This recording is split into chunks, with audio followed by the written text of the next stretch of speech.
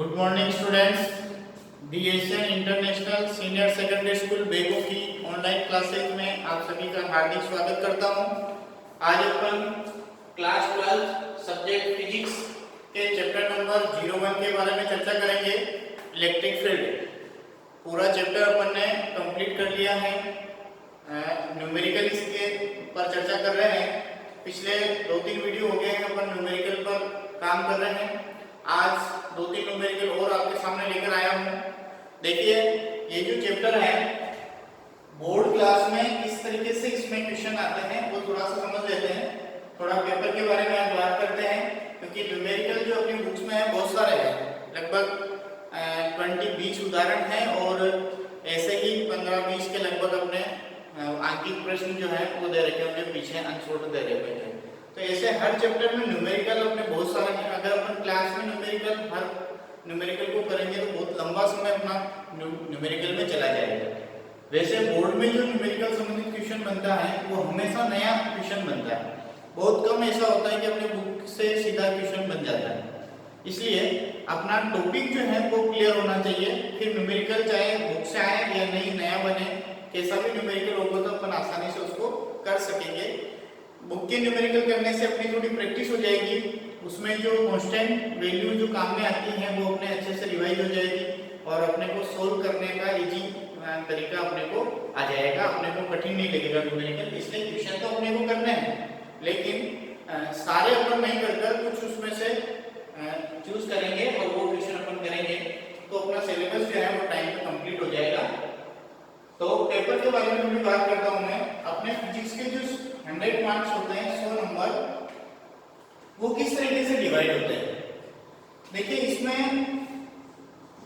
अपने 70 नंबर का सैद्धांतिक होता है पूरा और 30 नंबर का होता है प्रैक्टिकल, 30 मार्क्स का।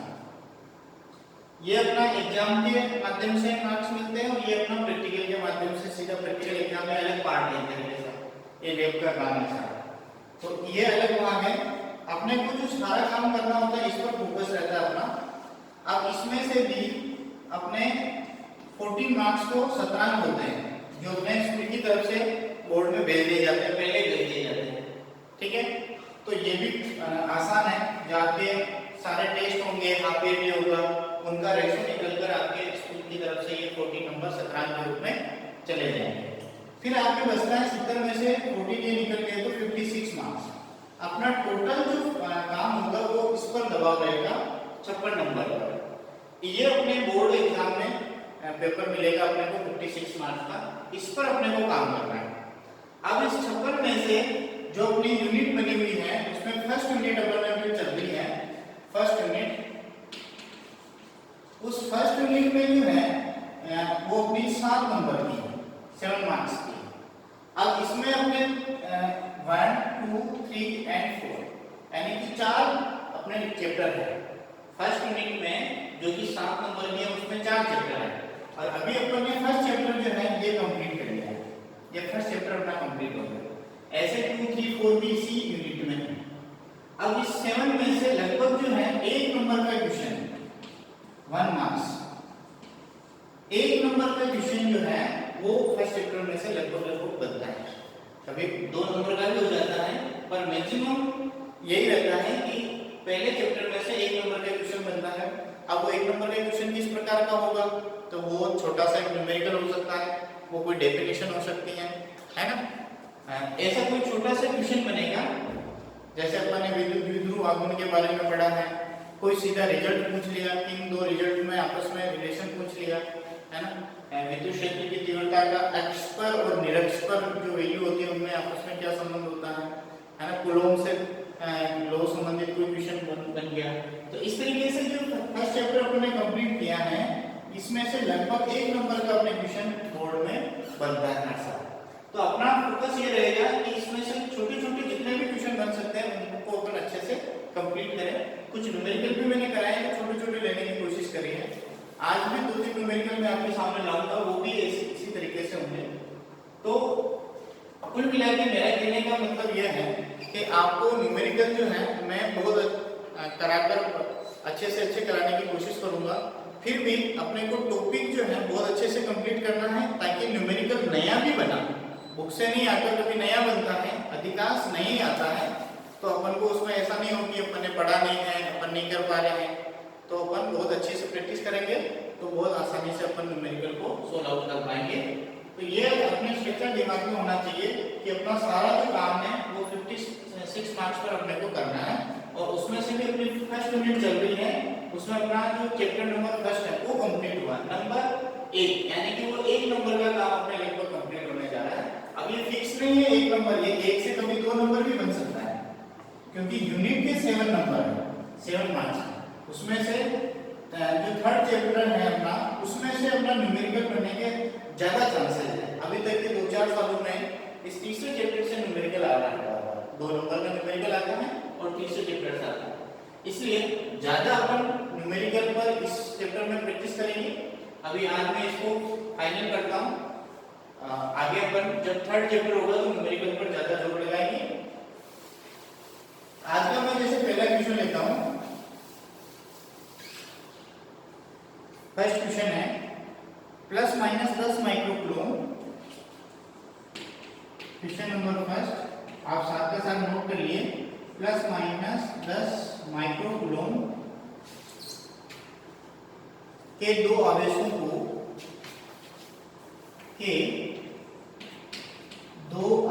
को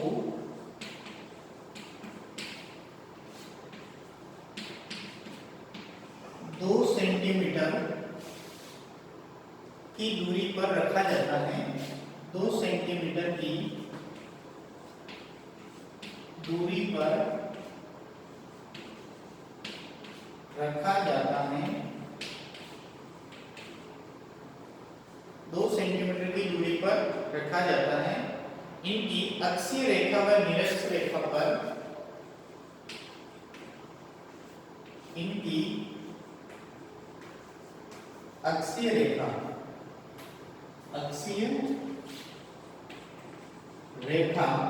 व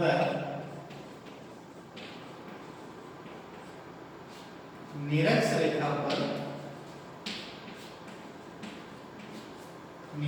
रेखा पर विद्युत द्विध्रुव के केंद्र से 60 सेंटीमीटर की दूरी पर,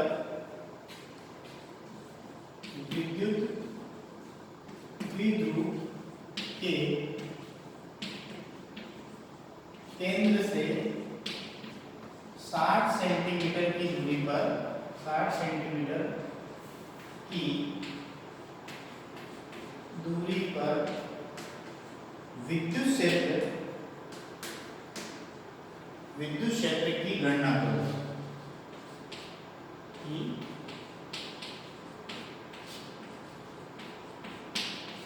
ये अपना न्यूमेरिकल है, ±10 माइक्रोकूलम के दो आवेश 2 सेंटीमीटर की दूरी पर रखे जाते हैं, और इनकी अक्षीय रेखा का मतलब क्या, हॉरिजॉन्टल लाइन व निरक्ष वर्टिकल लाइन पर विद्युत द्विध्रुव के केंद्र से, अपन ने कहीं भी इस पूरे चैप्टर में विद्युत द्विध्रुव के केंद्र के बारे में बात नहीं करी है, ये केंद्र कहां से आ गया, तो अपन ने विद्युत द्विध्रुव बनाया, देखिए एक प्लस क्यू आवेश लिया था, एक माइनस क्यू आवेश लिया था, इन दोनों को जोड़ा था, इनके बीच में 2 दूरी ली थी और अपना विद्युत द्विध्रुव बन गया, ठीक है।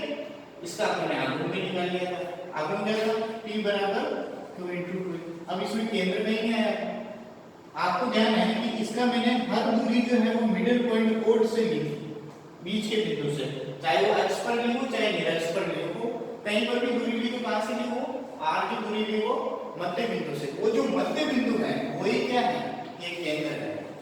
तो इसलिए कभी ऐसे नाम नए आ जाते हैं तो अपने को कंफ्यूज नहीं होना है, अपने को द्विध्रुव के बारे में सारी जानकारी है, तो केंद्र शब्द आ जाए या मध्य बिंदु आ जाए वो एक ही बात है, वो O बिंदु लेते हैं और बीच का बिंदु होता है, फिर अपन इस दूरी को a के पार्ट में डिवाइड कर देते हैं इस तरीके से, ठीक है। तो ये नया सिद्ध आया है, विद्युत द्विध्रुव के केंद्र से, यानी कि जहां से O से 60 सेंटीमीटर की दूरी पर स्थित है, 60 सेंटीमीटर की दूरी पर विद्युत क्षेत्र की गणना करो, यानी कि कोई एक P पॉइंट है जो इस O से, केंद्र से 60 सेंटीमीटर की दूरी पर है। एक बार तो अपने को अक्ष पर लेना है, एक बार निरक्ष पर लेना है, क्योंकि इसने दोनों चीजें पूछी हैं, अक्षीय रेखा पर, निरक्षीय रेखा पर, दोनों जगह पूछा है, तो यहाँ पर भी लेंगे और निरक्ष पर भी लेंगे, और अपना दोनों जगह विद्युत घटना करेंगे। देखिए किस प्रकार होगा वो।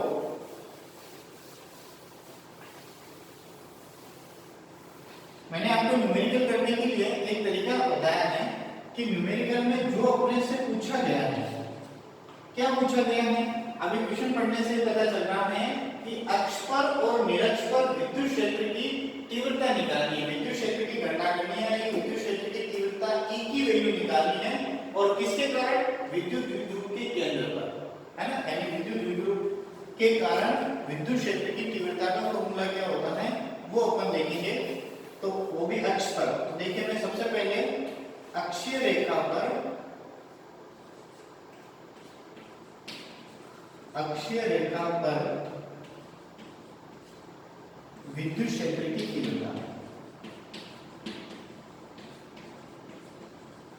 वो क्या होती है, ये फॉर्मूला अपने को आता है तो फिर अपन आगे का काम कर पाएंगे। उसको लिखते हैं अपन E अक्ष बराबर 2kp अपॉन r, ये होता है अपना फॉर्मूला। ठीक है, अब ये फॉर्मूला अपने को काम में लेना है, इसकी वैल्यू अपने से पूछी गई है। अब अपन क्वेश्चन में चलते हैं, अपने को क्या क्या दे रखा है क्वेश्चन में। ठीक है, तो यहाँ लिखता हूँ इधर जो दिया हुआ है,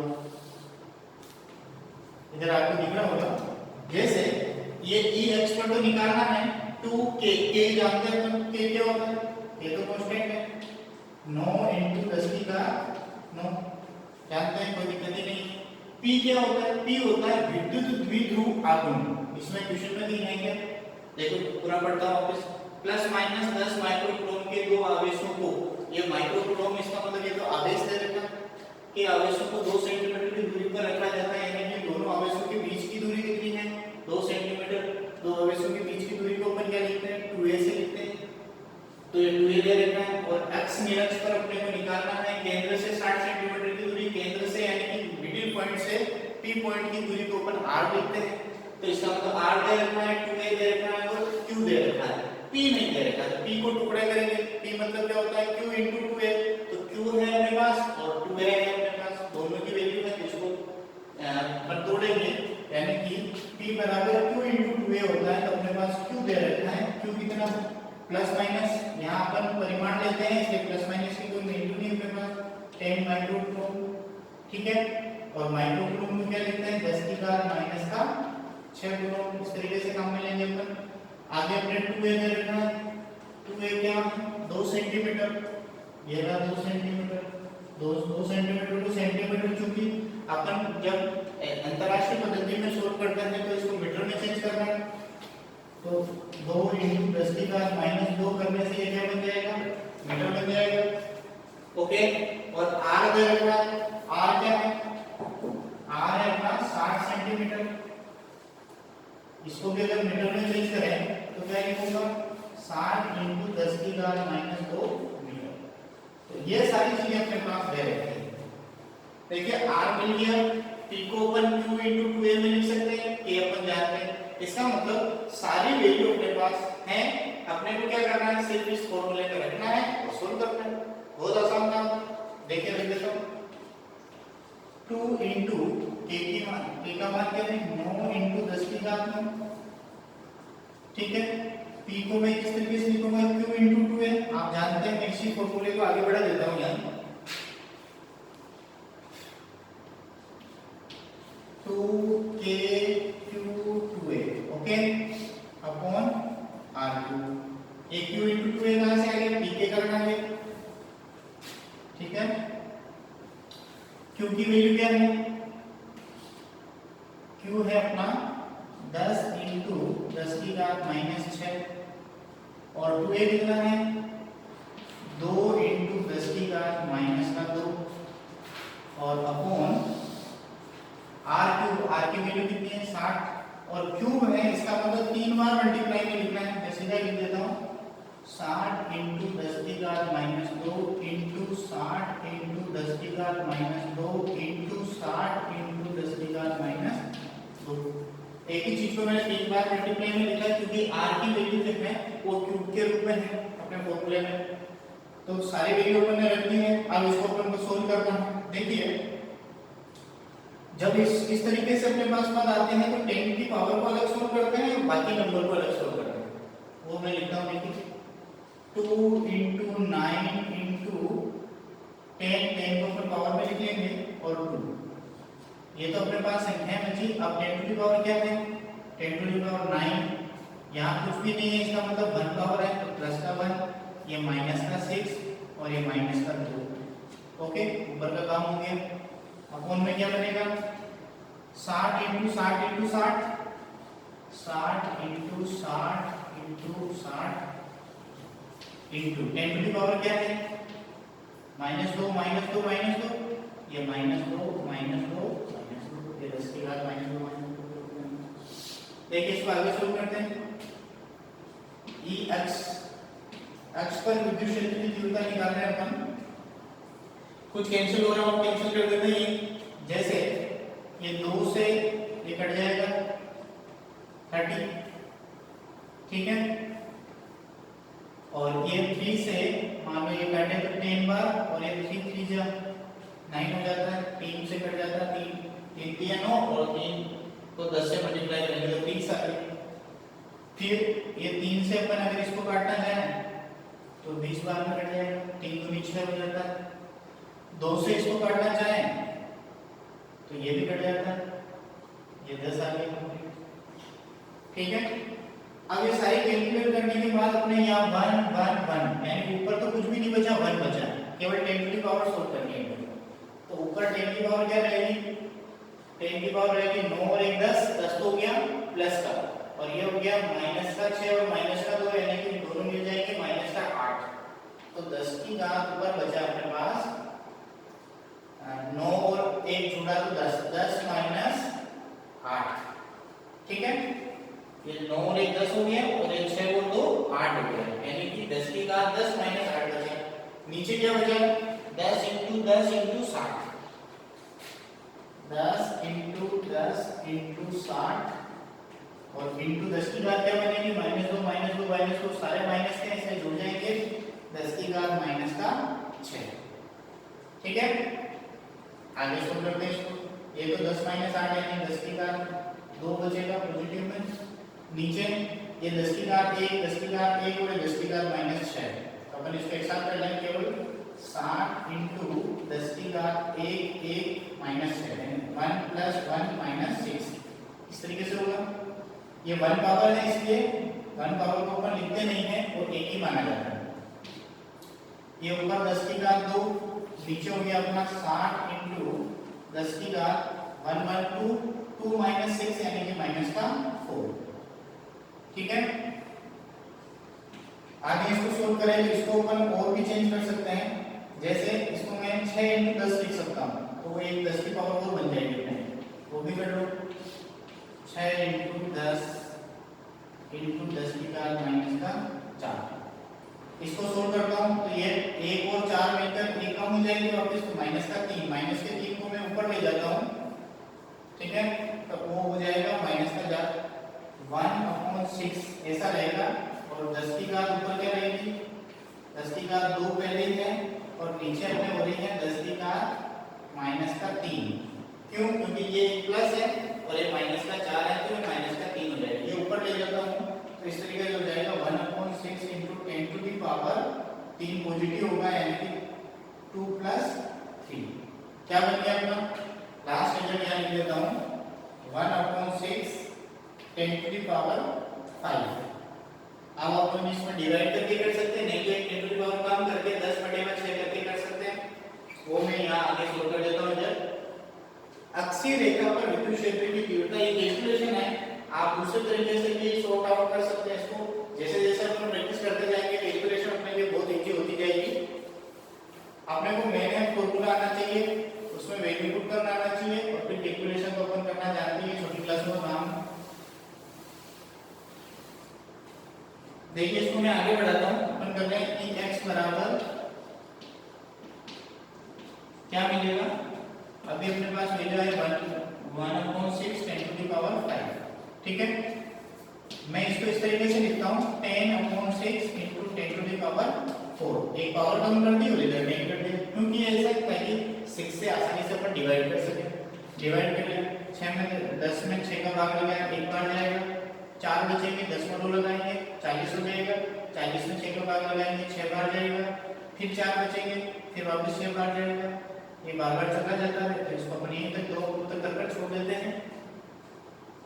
यानी कि 10 में 6 से डिवाइड करेंगे 10 को तो 1.66 मिलेगा और 10 टू द पावर 4 ऐसे। तो ये जो अपना रिजल्ट आया है ये आया है अपना विद्युत द्विध्रुव के अक्ष पर विद्युत क्षेत्र की तीव्रता P पॉइंट पर जो कितनी दूरी पर है 60 सेंटीमीटर की दूरी पर है, यानी कि 60 × 10⁻² मीटर की दूरी पर है वो P पॉइंट, उस पर विद्युत क्षेत्र की तीव्रता आ गई अपने पास। तो सबसे पहले अपने को ये निकालना है, ठीक है। अब दूसरा अपने को निरक्ष रेखा पर भी पूछ रहा है। अभी x हुआ, अभी निरक्ष रेखा पर विद्युत क्षेत्र की तीव्रता क्या होगी, तो मुझे पूरा सोल्व करने की जरूरत नहीं पड़ेगी। निरक्ष का फॉर्मूला लगाऊं, फिर उसमें सारी वैल्यू पुट करूं, उसको सोल्व करूं, तो इतना लंबा नहीं कर अपन ये जानते हैं कि अक्ष पर अपने को पता है तो निरक्ष पर तो क्या होता है, अक्ष की आधी होती है, क्योंकि अक्ष और निरक्ष का रिलेशन अपने को पता है। तो वो रिलेशन से अपन इस न्यूमेरिकल को सॉर्ट आउट करेंगे, बहुत जल्दी हो जाएगा, सरल हो जाएगा, ज्यादा लंबा नहीं होगा, अपना छोटा सा न्यूमेरिकल बनेगा। अक्ष पे अपने को पता चल गया तो अक्ष और निरक्ष में क्या होता है, अब रिलेशन वो लिख देते हैं, ई अक्ष बराबर ई निरक्ष अपॉन 2, ये रिलेशन होगा। यानी कि निरक्ष पर विद्युत क्षेत्र की तीव्रता जो है अक्ष पर विद्युत क्षेत्र की तीव्रता की आधी होती है, इसलिए उधर अपन ने 2 से डिवाइड करना है। सॉरी, अब निरक्ष निकालना है, इसलिए निरक्ष लिखो, उल्टा हो गया, अक्ष की आधी होती है। अक्ष पर जो भी मिली ना उसका आधा करो तो क्या मिल जाएगा, निरक्ष पर मिल जाएगी। तो निरक्ष पर विद्युत क्षेत्र की तीव्रता आधी होती है, इसलिए इसमें वैल्यू रख देंगे ई निरक्ष बराबर अक्ष पर कितनी आ गई 1.66 10 टू द पावर 4 अपॉन क्या हो जाएगा 2, तो 2 से डिवाइड कर देंगे इसको, दशमलव को अभी छोड़ देते हैं, 16 2 से 8 टाइम डिवाइड हो जाएगा, फिर 6 को 3 टाइम्स हो जाएगा इनटू 10 टू द पावर 4 है। पॉइंट की बात करें तो 2 उनके बाद है, यहाँ दशमलव आ जाएगा, तो क्या बन गया अपना ई निरक्ष, क्या बन गया भाई, ई निरक्ष बन गया अपना 0.083 into 10 to the power 4। और विद्युत क्षेत्र की तीव्रता जो है वो किस रूप में होती है अपने, वो अपने इसकी जो यूनिट होगी वो न्यूटन प्रति कूलॉम के रूप में होती है। तो यहाँ भी लिख सकते हैं अपन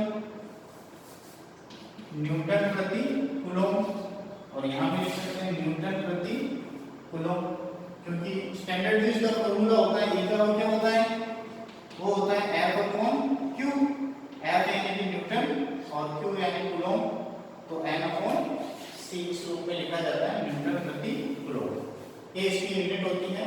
तो अपने पास दोनों रिजल्ट निकल कर आ गए।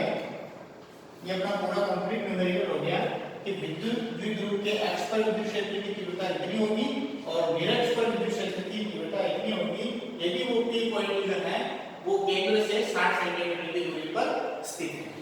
तो ये अपन ने न्यूमेरिकल किया। अब मैं बहुत धीरे धीरे आसानी से आपको समझाते हुए कर रहा हूँ, इसलिए इतना टाइम होगा इसमें। अगर अपने को फास्ट करना है तो अपन सारी वैल्यू खटाखट रखकर उसको बहुत आसानी से सोल्व कर लेंगे। अब ये 1 नंबर का तो नहीं हो सकता, लेकिन 2 नंबर में पूछा जा सकता है। ऐसा हो सकता है कि अपने को अक्ष पर विद्युत क्षेत्र की तीव्रता दे दी जाए और अपने से निरक्ष पर पूछ ली जाए, या निरक्ष पर दे दे और अक्ष पर पूछ ले। तो इस रिलेशन से अपन उसको सीधा निकाल सकते हैं बिना किसी फॉर्मूले के, इससे सीधा हो जाएगा अपना काम। तो ये बहुत इंपॉर्टेंट हो गया, इससे अपन सीधा काम भी कर सकते हैं। न्यूमेरिकल करने से अपनी प्रैक्टिस अच्छी हो जाएगी, हाथ चलने लग जाएगा, न्यूमेरिकल से डर खत्म हो जाएगा, तो अपन आसानी से अपना काम जो है कर पाएंगे। एग्जाम में नए न्यूमेरिकल को भी इजीली अपन कर पाएंगे। तो फर्स्ट क्वेश्चन दिया था मैंने जो अपना कंप्लीट हो गया। इसी तरीके से नेक्स्ट लेता हूँ।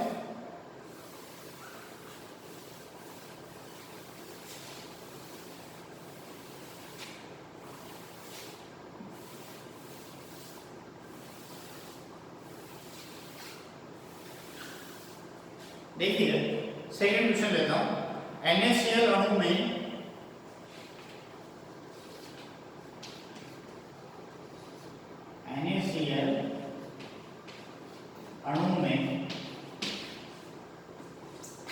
Na प्लस और Cl minus ion 1 Cl minus ion के मध्य की दूरी के मध्य की दूरी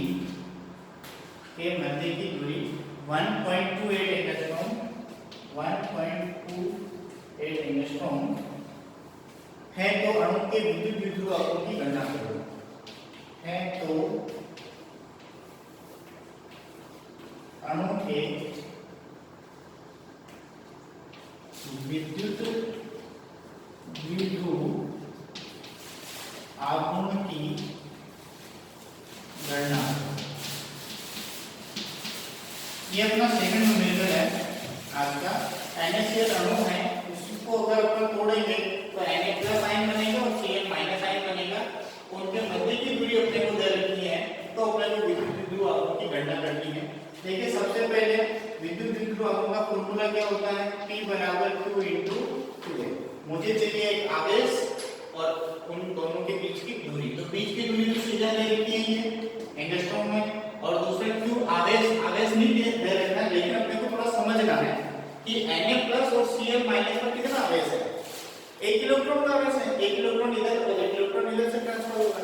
इसका मतलब Q जो बनेगा अपना 1 इलेक्ट्रॉन के आवेश के बराबर बनेगा, और वो क्या होता है 1.6 into 10 to the power minus का 19 कूलम। ये Q है। अब ये Q अपने को सीधा कहीं नजर नहीं आ रहा है, लेकिन अपने को यहाँ से उसको पहचानना है कि यहाँ आवेश जो है वो 1 इलेक्ट्रॉन के आवेश के इक्वल होगा, और वो 1 इलेक्ट्रॉन का आवेश जो है वो अपने को ध्यान रखना है 1.6 into 10 to the power minus 19 coulomb होता है। तो Q की वैल्यू ये है जो दे नहीं रखी, लेकिन अपने को इस क्वेश्चन से पढ़कर समझना है और लिख देंगे अपन। दूसरा 2a जो दे रखा है वो भी 1.28 एंगस्ट्रॉम के रूप में दे रखा है। अब एंगस्ट्रॉम को मीटर में बदलना है तो क्या करते हैं 1.28 into 10 to the power minus का 10 करने पर ये किसमें चेंज हो जाती है? ये मीटर में चेंज हो जाती है। तो एंगस्ट्रॉम और मीटर में ये संबंध होता है। 10 की घात -10 को अपन एंगस्ट्रॉम में लिखना चाहे तो 1 एंगस्ट्रॉम के इक्वल हो जाएगा। क्योंकि अपना SI पद्धति में सोल्व करना है, इसलिए इसको मीटर में चेंज करके फिर करेंगे।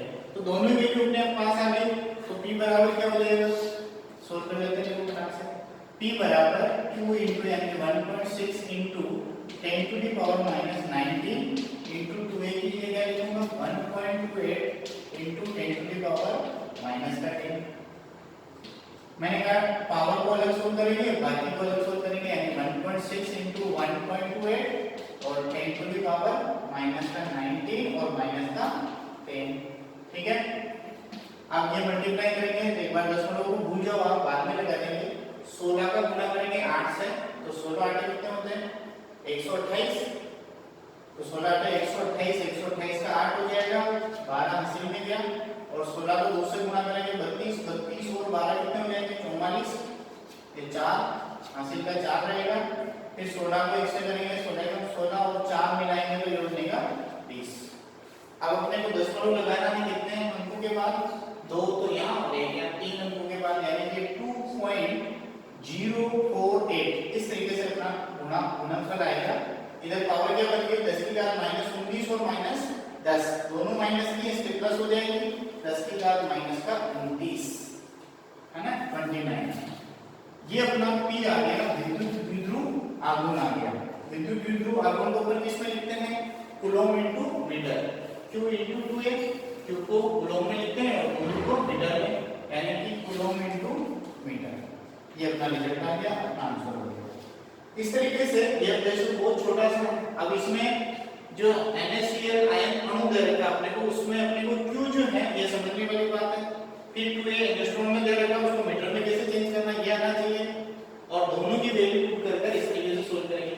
एक नंबर का क्वेश्चन आसानी से बन सकता है। तो आप ऐसे छोटे क्वेश्चन उठा सकता है सीधा एग्जाम में, ऐसा नहीं तो इससे रिलेटेड कुछ बन सकता है।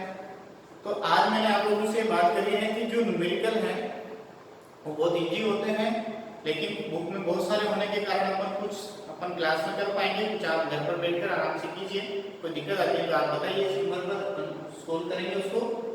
आज जो मेरे द्वारा दी गई क्लास है आपको, इसमें कोई क्वेश्चन है आपका तो इस नंबर पर आप बताएंगे। अपने इस क्लास को, इस अपने स्कूल के इस चैनल को अधिक से अधिक आप अपने दोस्तों के साथ शेयर कीजिए, चैनल को सब्सक्राइब कीजिए, लाइक कीजिए। धन्यवाद।